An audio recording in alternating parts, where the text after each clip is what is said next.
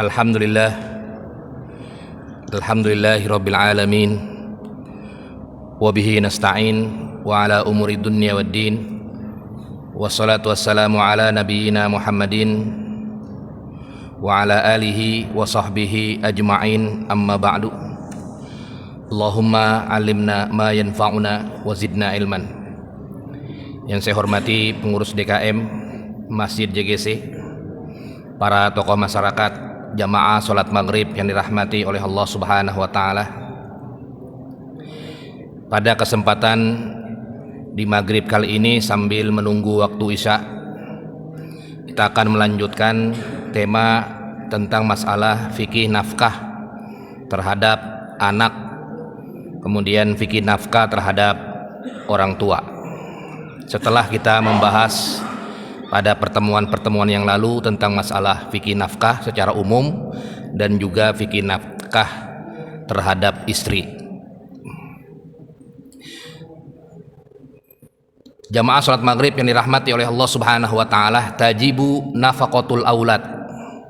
Wajib hukumnya memberikan nafkah terhadap anak kita. Ini udah nggak ada perbedaan pendapat para ulama.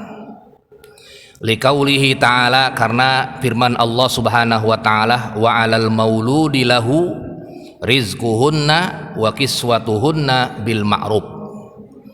Maka sudah menjadi kewajiban bagi seorang bapak untuk memberikan nafkah terhadap anaknya, rizkinya yang ia dapatkan sehari-hari, maka wajib hukumnya memberikan nafkahnya, rizkinya, pakaiannya, kemudian sakannya, tempat tinggalnya, pendidikannya terhadap anak tersebut atau terhadap anaknya.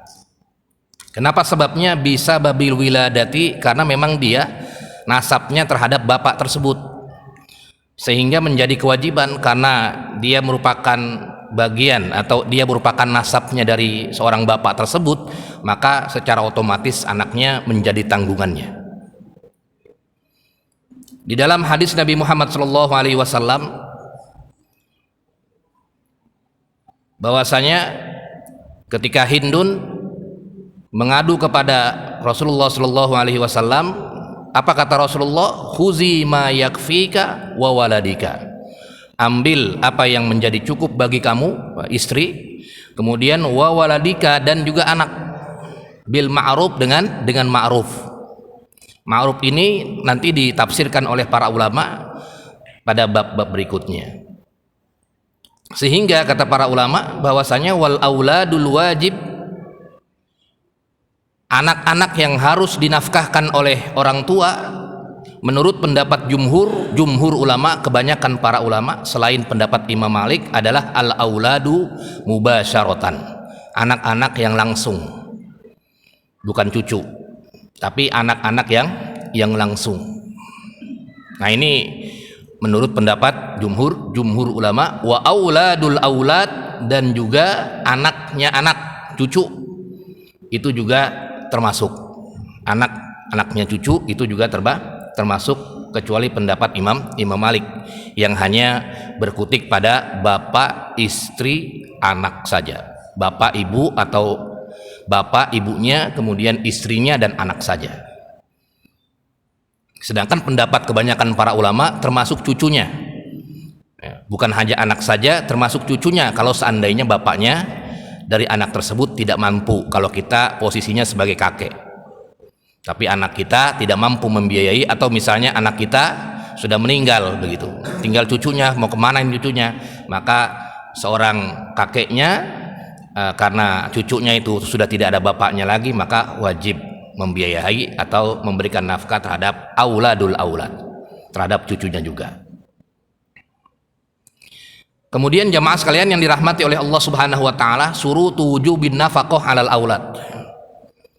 Syarat-syarat seorang bapak wajib memberikan nafkah terhadap anak, yang pertama adalah ayyakunal aslu qadiron, bapaknya tersebut mampu, qadiron alal infak, mampu memberikan nafkah, biasarin, karena memang dia punya harta, au qudratin alal kasbi, atau karena ia mampu bekerja, sehat walafiat. Kalau dia punya harta kemudian sehat walafiat, maka dia wajib hukumnya memberikan nafkah terhadap anaknya. Fa idza kana al-aslu ghaniyan au qadiran 'alal kasbi, apabila memang seorang orang tua tersebut dia kaya kemudian dia mampu bekerja, sehat walafiat, wajabat alaihi nafaqatu auladihi, maka memang dia wajib memberikan nafkah terhadap anaknya. Wa illam yakun lahu malun wa qadara ala al-kasbi wajabat alaihi iktisabat. Kalau memang dia tidak punya harta tapi dia mampu bekerja, hartanya nggak ada, nggak punya rumah, nggak punya apa-apa, tapi mampu bekerja, sehat walafiat, wajaba alaihil iktisab, maka wajib hukumnya menurut kesepakatan para ulama untuk mencari rizki buat anak tersebut. Fa'in imtana'a, kalau dia nggak mampu, habasahul qadi, maka wajib dia dimasukkan ke penjara, dosa. Dan ada hukuman ta'zir dalam fikih jinayat, dia ada hukumannya, hukuman ta'zir, di penjara. Kenapa? Karena dia sudah menelantarkan anaknya. Walaupun dia nggak punya harta, tapi dia punya kemampuan untuk bekerja, mencari nafkah, maka dia wajib memberikan nafkah terhadap anaknya. Kalau dia menolak, habasahul qadi, maka qadi atau hakim atau pemerintah yang wajib untuk memberikan hukuman di akhirat. Allah Subhanahu wa taala memberikan dosa kepadanya karena menelantarkan anaknya, punya tanggung jawab. Kullukum mas'ulun an ra'iyatihi, kita semua adalah punya tanggung jawab terhadap keluarga kita. Dan hukuman dunianya dia harus dimasukkan ke dalam penjara. Amma in kana mu'siron, nah ini baru. Adapun kalau bapaknya tidak mampu, bihaitsu tajibu nafaqatuhu, dia nggak mampu untuk memberikan nafkahnya, seperti dia sakit stroke, nggak bisa ngapa-ngapain. Walahu malun, tapi dia punya harta, tapi pun ngasih sakit tapi punya harta, maka harta tersebut wajib untuk diberikan kepada anaknya, untuk memberikan atau dikasih kepada anaknya, dalam arti tetap hukumannya tajibu nafaqatuhu ala waladihi, tetap hukumnya wajib memberikan nafkah walaupun dia dalam keadaan sakit. Kalau memang dia punya harta, ya misalnya dia sudah tidak mampu, ya, atau sudah nggak bisa, udah kerja juga udah nggak bisa karena fisiknya udah nggak bisa, anaknya masih kecil, maka tetap dia ada kewajiban untuk menafkahkan kepada anaknya. Yang penting dia punya harta, baik itu tabungannya atau tanahnya atau rumahnya atau apapun bentuknya, maka tetap masih ada kewajiban untuk memberikan nafkah terhadap anaknya.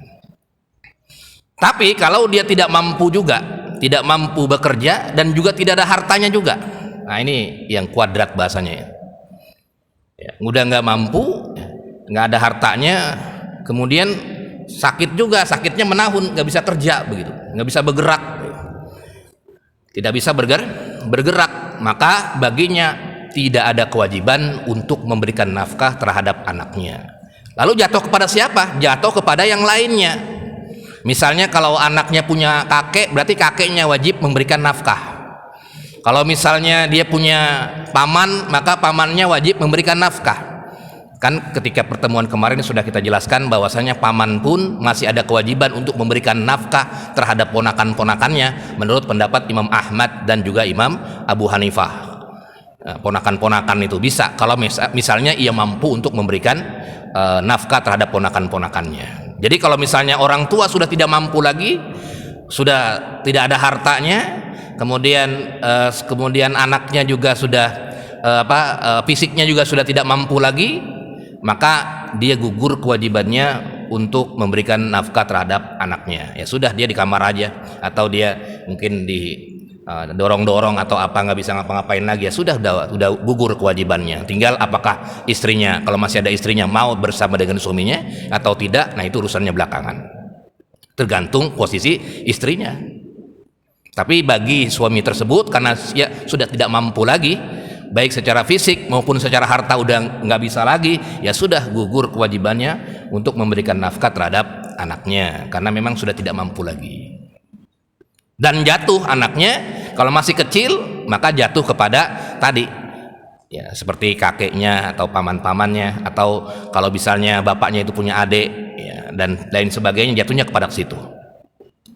Kemudian yang kedua, syaratnya selain tadi yang pertama syaratnya itu adalah bapaknya mampu memberikan nafkah dan juga sehat walafiat untuk memberikan untuk bekerja untuk anaknya. Yang kedua, ayyakunal waladu faqiron, anak tersebut fakir kalau dia sudah balik.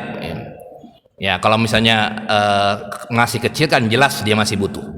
Ayyakunal waladu faqiron mu'assiron, dia masih butuh terhadap orang tuanya. Kalau masih kecil di sini kalau dia masih kecil, ajzu alal kasbi, yang dimaksud jika tidak mampu, ya mu'assiron la malalahu au qudratalahu alal iktisab, yang dimaksud dengan anak tidak mampu itu adalah yang pertama sigor, anaknya masih kecil.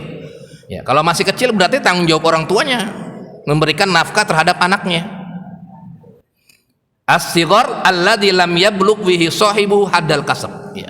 Anak kecil yang mungkin belum sampai biasanya secara adat, ya belum bisa bekerja, ya 7 tahun 8 tahun ya, dan lain sebagainya, harusnya dia tidak bekerja, dia menerima pendidikan dan lain sebagainya. Fa in balagol gulamu lal unsa haddal kasbi, kalau memang seorang laki-laki itu sudah mapan, sudah bekerja, maka sudah gugur kewajiban orang tua terhadap anaknya. Kalau dia sudah bekerja, kana lil abbi ayu ajrahu aw yadfa'u ila harfatin liyaktasiba minha wa yunfiqu alaihi min kasbihi. Jadi kalau anak laki-laki itu sampai dia bekerja, sampai dia mandiri. Ini menurut pendapat para ulama. Haddal kasbi. Wa qala ba'duhum, memang ada sebagian ulama yang mengatakan sampai dia balik. Kalau sudah balik dia sudah tidak ada kewajiban lagi, tapi ini menurut sebagian ulama saja. Tapi menurut pendapat kebanyakan para ulama, sampai haddal kasbi, sampai dengan seorang anak tersebut mampu untuk bekerja. Artinya mampu untuk bekerja itu walaupun dia belum bekerja, dia bisa nyari kerja begitu.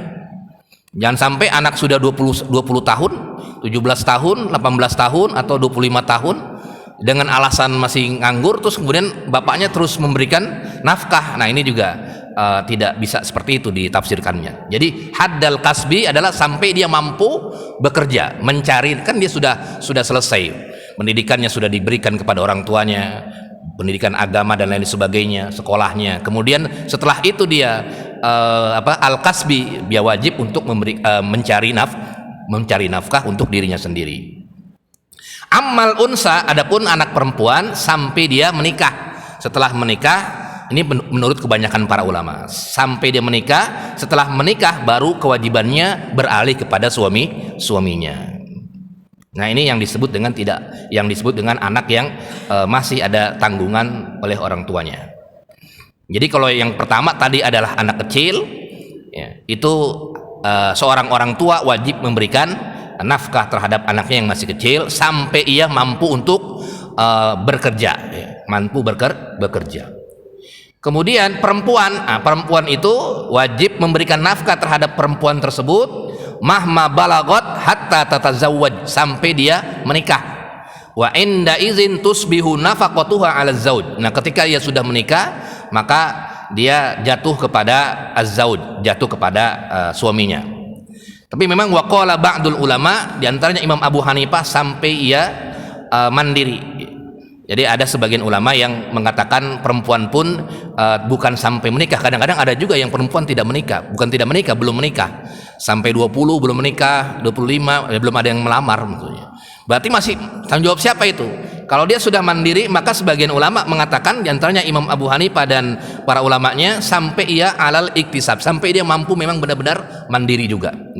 Kadang-kadang memang perempuan ada juga yang bisa mencari nafkah tapi dengan sesuai dengan syariat Islam, seperti menjadi guru, kemudian atau menjadi profesi-profesi yang mungkin dibenarkan oleh agama, akan bisa juga, ya, sehingga dia sudah bisa membiayai diri sendiri. Ya, kalau memang menunggu menikah lama. Tapi kalau misalnya sudah 18 tahun dia menikah langsung, ya sudah, orang tuanya sudah selesai untuk memberikan nafkah terhadap perempuan tersebut atau anak perempuannya. Kemudian yang ketiga, walaupun anak itu sudah besar, tapi dia punya al-maradul mani minal amal, punya sakit yang tidak bisa bekerja. Anaknya misalnya sudah tanda kutip lumpuh misalnya, atau punya penyakit kelainan, indigo atau apa, pokoknya punya penyakit kelainan dan pokoknya dia susah untuk bekerja, itu mikirnya susah begitu. Nah, sehingga susah seperti ami wasilal wal junun, setengah gila misalnya. Nah, ini tetap seorang orang tua masih ada kewajiban untuk memberikan nafkah kepada anak tersebut. Kalau anaknya punya penyakit tersebut, ya tinggal berdoa saja semoga penyakitnya hilang.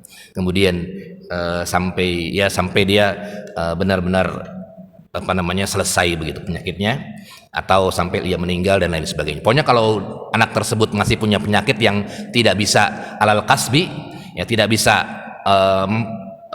mandiri, ya, nggak bisa bekerja.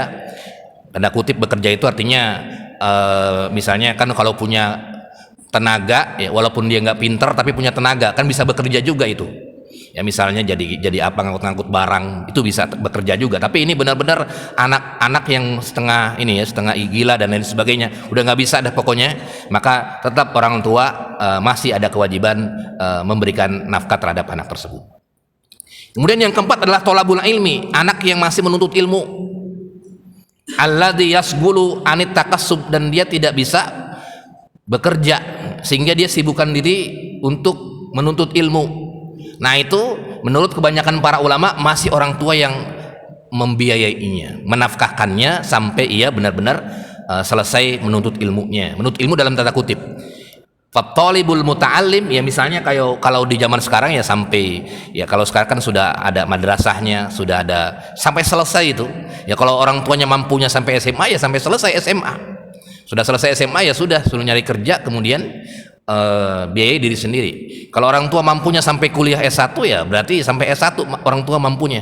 Kalau orang tua mampunya sampai terus menerus sampai dengan S2 S3, ya silakan saja. Nah, kalau misalnya tolabul ilmi, kalau anaknya masih ingin yasgulu anit ta'allum, ingin menyibukkan diri kepada ilmu, maka orang tua masih punya kewajiban untuk membiayainya, illa kecuali kalau anak tersebut sudah menikah. Jadi kan ada juga yang sudah menikah, kemudian dia punya istri, punya anak masih belajar, ya seperti kada S2 S3 kan ada juga yang seorang anak yang sudah S2 kemudian belajar S2 lagi, S3 lagi, tapi sudah punya keluarga, ya berarti orang tuanya sudah tidak punya kewajiban untuk membiayai anaknya, seperti itu. Jamaah salat maghrib yang dirahmati oleh Allah Subhanahu wa taala, man tajibu alaihi nafaqatul aulad, ya, kemudian siapa ini yang mempunyai kewajiban menafkahkan anaknya ini? Yang pertama tadi, ya, sepakat para ulama, iza kanal abu, kalau memang bapaknya masih ada, mampu punya harta, mampu bekerja, maka dia fa'alaihi wahdah, dia sendiri yang wajib untuk memberikan nafkah terhadap anak-anaknya. La yusarikuhu fiha ahad, tidak boleh yang lain cuma sunnah. Misalnya pamannya pengen biayain anaknya, anak bapak tersebut, ya silakan, tapi sunnah saja, karena bapaknya itu masih punya harta dan masih mempunyai kemampuan untuk bekerja. Berarti orang lain gak ada kewajiban, karena orang tuanya masih mampu, punya harta, dia sendiri yang wajib untuk membiayainya. Wa 'alal mauludi lahu rizquhunna wa kiswatuhunna bil ma'ruf. Tapi amma in lam yakun al abu maujudan, kalau misalnya bapaknya itu sudah tidak ada, ya, yatim misalnya, au kana faqiron, atau misalnya fakir yang nggak bisa kerja lagi karena sakit atau karena umur. Ada juga yang orang tua 70 tahun, umur 70, 80, anaknya masih kecil. Ada juga yang seperti itu, nggak bisa biayain lagi. Ya udah, bagaimana lagi seperti itu. Maka menurut para ulama adalah kalau memang dia sudah tidak mampu lagi seperti itu, maka jatuh kepada keluarganya, kepada bapaknya atau kakeknya kalau dalam hal ini. Kakeknya kalau masih ada, kemudian kepada keluarga yang lainnya. Nah, nggak boleh ditelantarkan itu anak, nggak boleh ditelantarkan. Kalau menelantarkan anak, ya berarti dosa semuanya itu keluarganya dosa kalau menelantarkan anak tersebut. Ya, tapi memang kalau sudah seperti itu, ya nanti ada, misalnya bisa, kalau dulu di zaman Rasulullah, para sahabat ada yang namanya, atau khalifah ya, Umayyah, Bani Umayyah, Abbasiyah, ada yang namanya baitul mal, yang kalau ada anak-anak terlantar dan lain sebagainya itu bisa dibiayai, atau sekarang mungkin zakat ya. Nah itu bisa juga program-program masjid dan lain sebagainya, itu bisa juga ya membiayai anak-anak yang tidak mampu orang tuanya karena udah meninggal atau tidak ada lagi atau tidak mampu lagi dibiayai. Itu kewajiban dari masyarakat atau pemerintah dan lain sebagainya.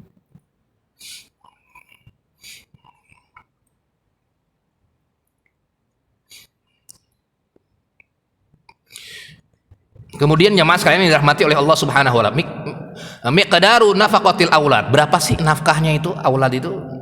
Nah, di sini para ulama sepakat ala anna nafaqah, nafkahnya itu adalah biqadril kifayati, tergantung daripada kemampuan daripada bapaknya.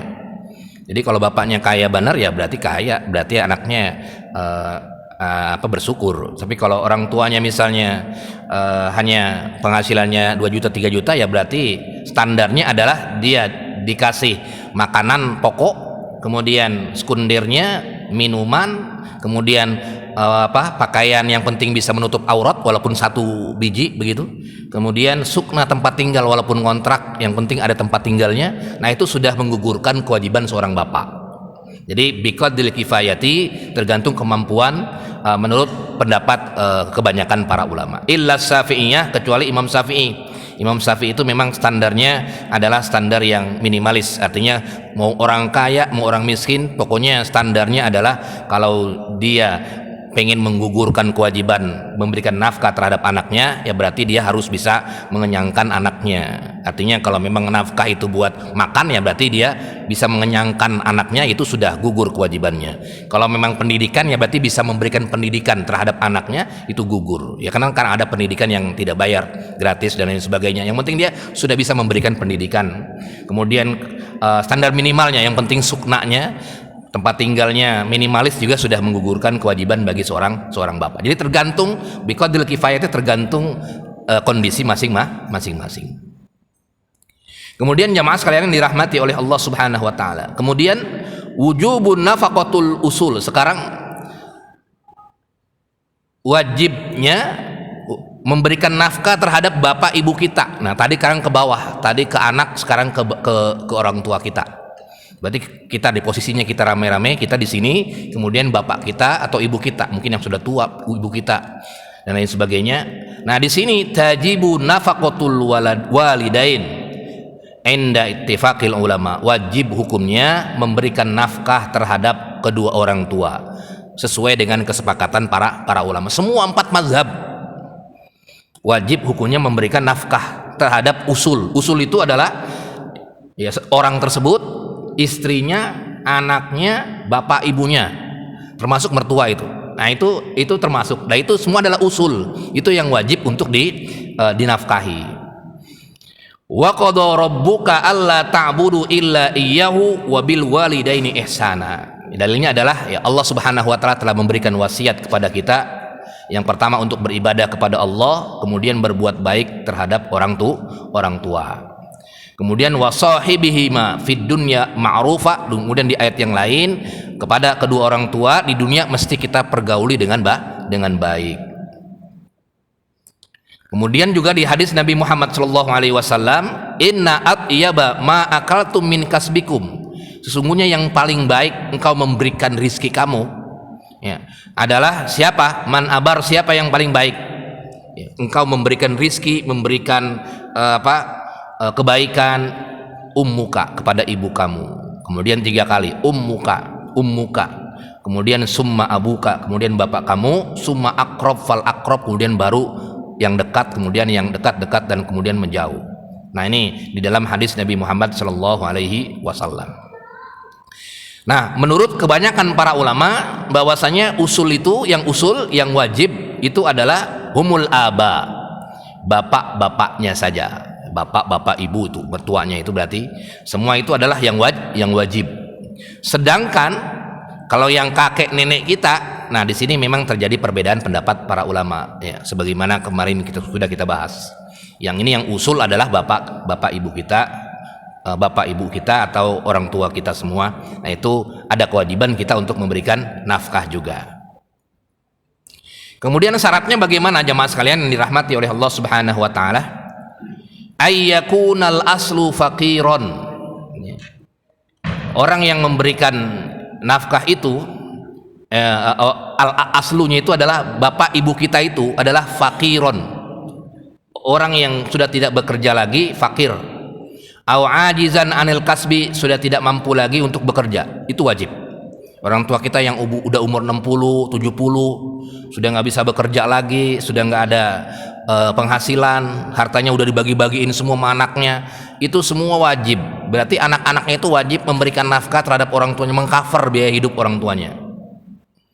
Kalau misalnya orang tuanya fakir, nggak kerja lagi karena sudah tua, udah di rumah saja, kemudian tidak bisa bekerja lagi dan tidak ada hartanya karena hartanya udah habis semua, dibagi-bagi sama anak-anaknya begitu.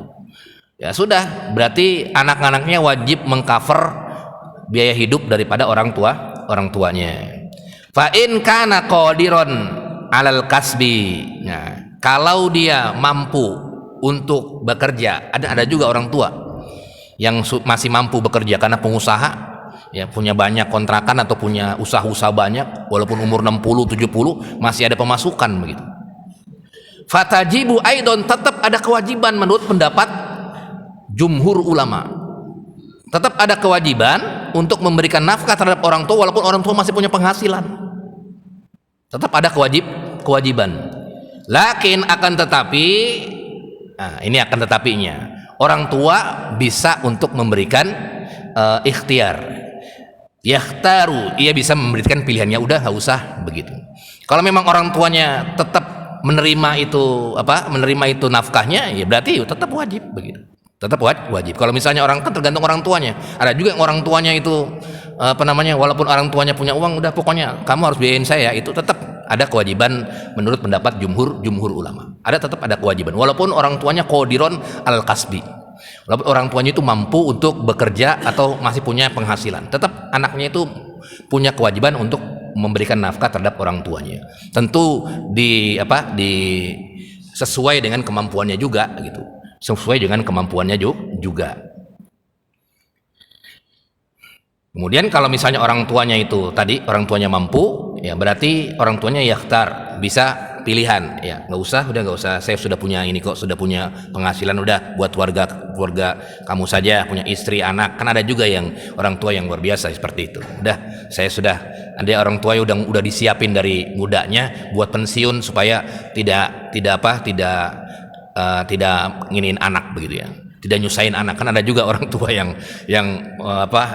ada juga orang tua habis akhirnya umur 60 udah nggak bisa apa-apa lagi, udah ngandelin anak. Tapi ada juga orang tua yang 60, 70 sudah masih punya harta banyak, ya udah anak-anaknya dilepas aja, udah nggak usah biayain saya sudah punya banyak kok orang harta, udah buat ini aja, buat anak-anak dan istri-istri kamu begitu. Nah ada yang seperti itu. Jadi yakhtar menurut kebanyakan para ulama adalah pilihan orang tuanya, walaupun seorang anak ya masih punya kewajiban untuk memberikan anak. Tapi kalau orang tuanya sudah ridho, udah nggak usah, ya udah berarti gugur itu kewajiban anak terhadap orang tua. Kemudian yang kedua adalah an yakunal far'u, juga anaknya itu mampu, musiron bil mal, mampu untuk membiayai atau berinfak terhadap orang tuanya. Au qadiron ala taqassubi, atau mampu bekerja. Kalau anaknya nganggur, nggak ada kerjaan, nyari kerja susah, udah dapat penghasilan tapi penghasilannya cuman sedikit, cuman 1,5 juta, itu juga buat anak istri juga ya, orang tua nggak cukup begitu. Nah di sini para ulama mengatakan bahwasanya kalau dia anak tersebut dia tidak mampu, ya, kemudian tapi mampu bekerja tapi tidak cukup lah begitu, la yajibu 'alal waladil mu'sir, maka tidak menjadi kewajiban bagi seorang anak menurut pendapat al-Malikiyah wa Syafi'iyah dan sebagian ulama Abu Hanifah, bahwasanya tidak ada kewajiban untuk memberikan nafkah terhadap orang tuanya. Tapi ini artinya 50-50. Pendapat para ulama itu tidak ada yang jumhur. Tetap ada seorang anak walaupun hasilnya itu adalah cuma 1 juta, ya tetap ada kewajiban untuk memberikan nafkah terhadap anaknya. Berarti dibagi-bagi itu kepada anaknya juga, kepada istrinya juga, orang tuanya juga, apalagi orang tuanya ada 4 ya, mertuanya juga ya. Kecuali nanti kalau ada bantu yang lain, ada adik-adiknya, nah itu di depan ada terkait dengan nafkah bareng, membiayai bareng terhadap orang tua. Tapi kalau dia sendirian, dia anak satu-satunya, kemudian istrinya juga istri kita juga sama, istrinya juga punya bapak ibu, dia juga satu-satunya, kemudian penghasilan juga nggak ada gitu, cuman cukup buat biaya sendiri. Wah, itu yang repot itu ya. Yang itu yang repot. Tapi memang kebanyakan para ulama di sini ada ini ya, sebagian dan sebagian, ini ada Malikiyah juga, Hanafiyah, kemudian yang lain juga Malikiyah, sebagian semua ini mengatakan tetap ada kewajiban untuk memberikan nafkah terhadap orang tua semampunya. Ala qadil istita bal al muwasah, bahkan mesti bareng-bareng ya. Kalau misalnya bareng-bareng ya berarti kan orang tuanya, kalau misalnya anak istrinya kemudian orang tuanya juga nggak mampu juga, ya udah diajak makan bareng aja udah, walaupun cuma satu piring rame-rame begitu, karena emang nggak mampu, sama-sama nggak mampu, ya sudah. Nah, ini menurut sebagian ulama. Jadi ayyakunal far'u musiron, seorang anak juga mampu ya. Alhamdulillah kalau mampu sih luar biasa, itu sudah wajib hukumnya, sudah wajib hukumnya, nggak ada perbedaan pendapat. Tapi kalau tidak mampu, nah ini kalau tidak mampu ya sudah, nanti siapa yang lebih afdol nanti begitu kan, tetap orang tuanya ada kewajiban, walaupun nggak cukup, anaknya harus dibiayai, kemudian istrinya ya tetap ada kewajiban orang tuanya juga. Nah ini sebagian ulama mengatakan seperti itu. Tapi ada sebagian mengatakan bahwasanya anak dan istrinya adalah lebih utama daripada orang tuanya. Ada juga yang sebagian tetap tidak ada yang lebih utama, semua sama, orang tua, kemudian istri, kemudian anak-anak juga dalam posisi yang sama, tidak ada yang afdol satu sama lainnya.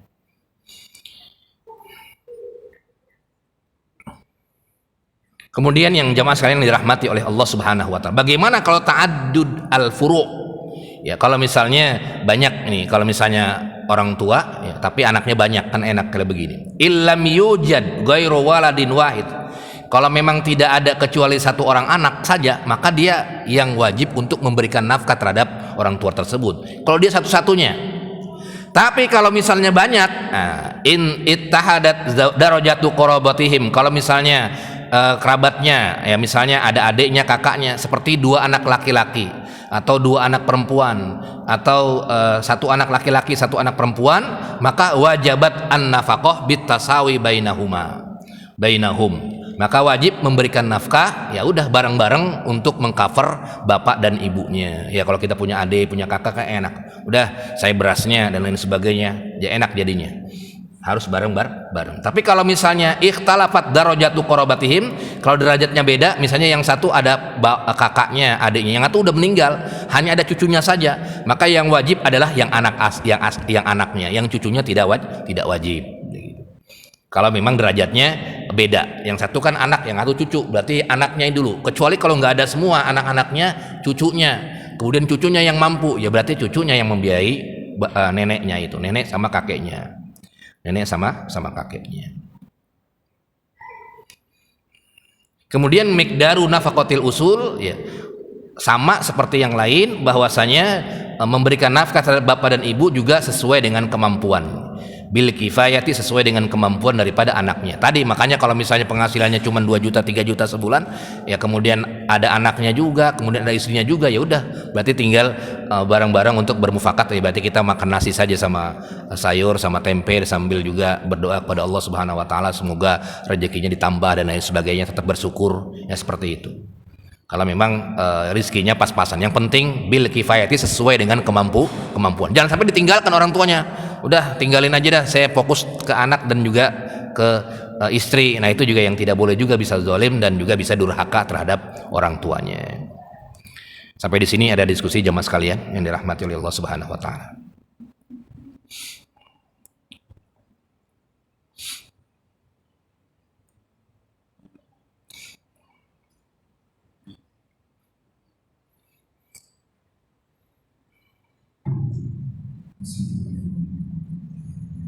Waalaikumsalam warahmatullahi wabarakatuh.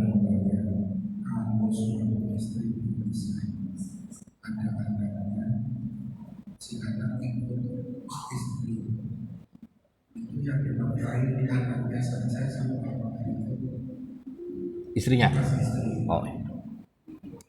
Ya, kalau misalnya ada seseorang yang berpisah dengan istrinya, kemudian ia punya anak, maka siapa yang dinafkahin oleh bapaknya tersebut? Ya anaknya, istrinya sudah tidak dinafkahi lagi. Kenapa? Karena sudah orang lain.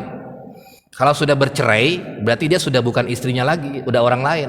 Tapi anaknya tetap ada nasab dengan dia. Berarti anaknya yang harus dibiayainya, pendidikannya dan lain sebagainya, tentu dengan sekemampuannya, semampuan daripada bapaknya itu.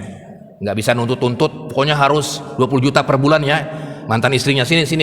Ya kalau misalnya dia mampu, ya ada juga yang seperti itu karena penghasilan daripada orang tuanya itu, penghasilan daripada suaminya, bekas suaminya itu besar, ya bisa juga istrinya menuntut. Tapi istrinya tidak berhak untuk memberikan mendapatkan, kecuali kalau mengelola bisa. Ya misalnya karena dia merawat anaknya itu, kemudian istrinya bisa mendapatkan hak juga untuk istilahnya infak sedekah lah buat anak, karena mengelola membayar mendidik anak itu tetap ada, bisa nggak apa-apa. Jadi bekas istrinya bisa mendapatkan nafkah, bukan nafkah namanya, istilahnya infak sedekah dari suaminya. Kalau nafkah udah nggak ada kewajiban, karena itu bukan istrinya lagi, sudah bekas istrinya. Kalau sudah bekas istrinya udah ada kewajiban lagi, yang ada kewajiban adalah anaknya. Berarti anaknya wajib hukumnya. Kalau enggak berarti kita dosa. Tapi kalau istrinya minta menuntut untuk dia juga dikasih, itu bukan nafkah namanya, tapi hanya infak sedekah karena dia sudah rela untuk rela untuk mendidik anak kita, begitu paling. Bukan nafkah itu. Kalau buat istri atau bekas istri, tapi hanya sekedar rela ya, infak dan sedekah saja. Tapi tetap kepada anaknya tetap ada kewajiban bagi seorang bapak tersebut walaupun sudah bercerai. Ada lagi jamaah sekalian yang dirahmati oleh Allah Subhanahu wa taala.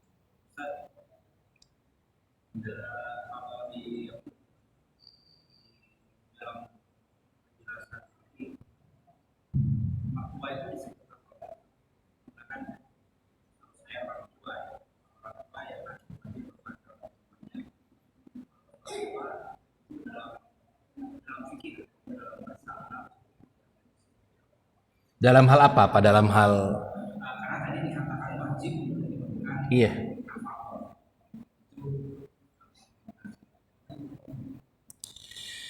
Bagaimana kita terhadap mertua kita? Mertua itu tetap ada kewajiban juga kepada kita. Kita terhadap mertua kita. Kenapa? Karena kita itu kan nanggung istri kita. Berarti kalau istri kita itu, ya kalau istri kita bekerja, bisa itu mertuanya bapak ibunya itu dibiayai oleh istri kita. Tapi kalau istrinya nggak bekerja di rumah saja, siapa yang nanggung bapak sama ibunya? Maksudnya? Oh gitu ya. Ya, atau pendapat pribadi yang memang harus dibiayai. Karena kan ini udah dihukumi wajib. Iya betul. Karena kalau udah wajibnya udah keluar, wajib. Tapi kalau itu memang tidak diharuskan, makanya kan ya berarti sudah aja. Kalau saya pribadi mengatakan tetap dia posisinya sebagai orang tua kita. Iya. Jadi kalau misalnya ada karena memang di dalam Al-Quran memang tidak ada bahasa mertua, adanya orang tua. Cuman masalahnya posisinya kan adalah istri kita ini. Makanya saya bilang tadi kalau misalnya istri kita punya penghasilan, berarti yang biayai siapa? Istri kita atau adik-adik istri kita. Kita nggak ada kewajiban tuh. Misalnya nih istri kita punya kakaknya itu kan punya, berarti kan sama tuh punya orang tua. Berarti kita nggak ada kewajiban. Nah tapi kalau misalnya nggak ada sama sekali, maka kita pun bisa untuk memberikan nafkah kepada mertua begitu. Pendapat pribadi. Iya wajib tetap, iya betul. Tetap menurut saya itu tetap sama seperti orang tua.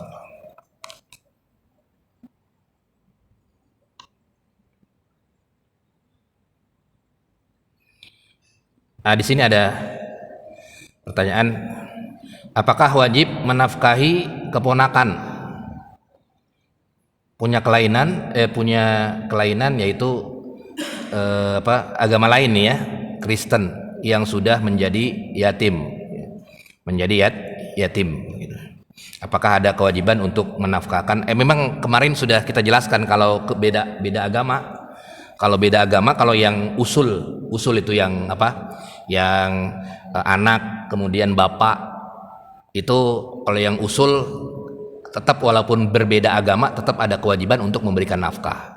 Misalnya bapak ibunya bukan muslim, Nasrani misalnya, kemudian anaknya masuk Islam, nyari suami dapat atau nyari istri dapat Islam juga, apakah dia tetap wajib memberikan bapak ibunya itu nafkah? Tetap wajib walaupun berbeda agama. Kalau yang usul itu berbeda agama tetap ada kewajiban. Tapi yang furu', nah di sini para ulama berbeda pendapat. Kalau kemarin kita bahas yang furu' itu seperti ponakan yang jauh-jauh itu ya, yang jauh-jauh, yang ponakan kemudian saudara jauh, saudara dekat, apakah juga perlu dibiayai? Kalau dia yatim, apakah perlu dibiayai atau tidak? Nah, kalau memang tidak ada yang muslim lagi atau tidak ada yang seagama, ya tidak masalah, karena kalau yatim itu kan infak sedekah itu masih bisa buat orang lain, maksudnya buat nggak seagama, kecuali zakat. Kalau zakat kan harus seagama. Kalau zakat nih, kita punya zakat fitrah, zakat mal, harus seagama kita keluarkannya. Tapi kalau infak sedekah ya bisa, ini air nih saya pengen kasih kepada tetangga saya yang bukan muslim, ya bisa. Ini saya kasih sayuran atau makanan buat tetangga saya yang bukan muslim, ya bisa. Jadi kalau yang infak sedekah mau muslim mau non muslim bisa. Tapi kalau yang zakat yang harus kepada orang muslim saja. Jadi pertanyaan ini adalah kalau buat yang furu', yang jauh, saudara jauh, ya kalau masih ada yang dekat dan yang Islam, ya lebih baik ke yang dekat itu. Kalau memang pengen juga yang yatim yang jauh itu dan bukan muslim, ya silakan saja. Kalau infak sedekah masih boleh, tapi kalau yang zakat itu sudah tidak boleh. Zakat sudah tidak boleh. Wallahu alam bisawab. Nanti kita akan lanjutkan di pertemuan bulan yang akan datang ya, karena bulan puasa ya. Kalau bahasanya tawakuf, sementara ya. Mudah-mudahan bermanfaat ya. Sama-sama kita akhiri kajian kita dengan membaca doa kafaratul majlis. Subhanakallahumma bika asyhadu an la ilaha illa anta astaghfiruka wa atubu ilaik. Wassalamualaikum warahmatullahi wabarakatuh.